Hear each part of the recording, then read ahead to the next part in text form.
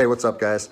So I just kind of wanted to take a couple minutes, get everybody caught up to speed on what's going on in my life. I've been getting a lot of questions and figured I'd just make a second video and answer some of the things that I've been receiving. I first wanted to say I'm humbled by the response that my video got. It's been viewed millions and millions of times. People all over the country have been calling me, texting me, sending me emails, comments, and the overwhelming majority of it has been positive. And so I think that's pretty cool because my whole thought process on making that video was trying to bridge the gap between law enforcement and the public. And I've seen both sides with open arms willing to embrace that. And I think that's a step in the right direction. So that's pretty cool. One thing that I've seen come up over and over in the comments, and I've been an email sent to me, is, are you going to get in trouble? What happened to you? Or is there any discipline any discipline taking place? And so I figured I'd take a chance and give you a little synopsis of the last 3 days of my life after posting that video. So I posted the video on Tuesday, was it May 5th? And it took it took a day or two before it really started getting a lot of traction. But the next morning when I woke up on the 6th, I think it was only at a few thousand views. And I had received a message from my command saying, wow, Greg, what a powerful message. We agree with that 100%, well done. And that was actually a relief for me because I was like, great, I know that it's risky putting something out like that, but I felt like it was so grounded in integrity and liberty that no one would have an issue with it. So that was a relief. And then fast forward 3 hours later, I get another phone call from my command and it said, hey Greg, the video's up to 400,000 views. It's time to pull the plug on this thing. And I immediately, it kind of caught me off guard because I said, why would we want to pull the plug on something that was already acknowledged as a good and powerful message from one law enforcement officer to others? And I said, yeah, that doesn't really make sense to me. I think maybe we should embrace this message and we should share this with other officers. And he said, listen, it's not up to me. I have been directed to tell you to take the video down, and I need to know if you're going to take the video down. And I said, no, I can't take the video down, because if you listen to my first video, the whole message that I was trying to share with people and impart on them is, if you believe in something in your heart, you have to stand by that conviction, even if it costs you everything. And like I said last time, I have 3 little kids. I have this house. I have another house. I cannot afford to lose my job. But after putting that message out there and sharing that with America, and it was so well received, I can't then just say, even though that's what I believe, I'm going to take a step back. I'm going to retract my words, and I'm going to allow my command to prevent me from sharing my heart and my truth. And I said, so with that in mind, sir, I can't take the video down. And, I didn't know where this was going to go.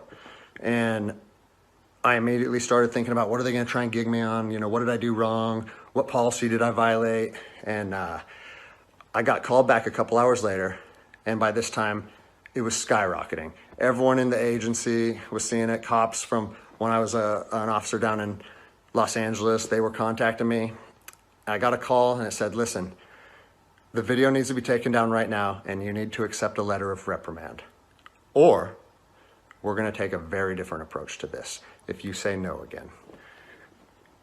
Well, I'd already put myself on that hill, and I had to be willing to die on that hill. They said they determined the video was a violation of policy, and that if I wouldn't take it down, that allegations would be made against me, and so on and so on. And so I told them, no, I'm not going to take it down. You do what you need to do. But the principle of it is rooted in truth, and it was a positive message that was received by millions and millions of people. If you want me to take it down, I have to respectfully refuse. And it was interesting because they kept citing different policies, like, oh, it was the social media policy, or some of your equipment may have been identifiable. And that kind of seemed like a moot point to me. And it was strange because Why was the message okay at 5 a.m. and then 3 hours later, there was a problem with it? And so I was later contacted by the chief of police. He's someone that I have great respect for. He's a good man to work for. And he's the one that shot me straight. And he said, Greg, if you openly defy your governor, you can't be a police officer in the state of Washington. And I told him, I said, you know what, I can respect that. And if I were in your office, I would shake your hand, respectfully disagree, and say, maybe I'm not meant to be a police officer in the state of Washington then. And here's my thoughts on that, okay? You have to do your research. You have to figure out what your true north is, what your truth is, and where you stand on issues. For me personally, I believe that the Constitution supersedes all other documents, all other laws. There's case law supporting that. If you look at Marbury versus Madison, 1803, it says any future laws created that are repugnant, meaning in conflict with the Constitution, are null and void. So when I look at how I feel comfortable enforcing the law, and I see people exercising constitutional rights, it doesn't matter if there's different executive orders, requests from mayors, requests from governors. To me, the Constitution supersedes that, and I'm going to stand with the people.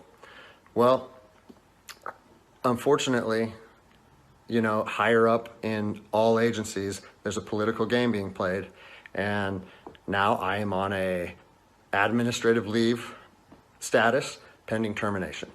I was told by both the agency and the union that I was asked to take it down, and I refused.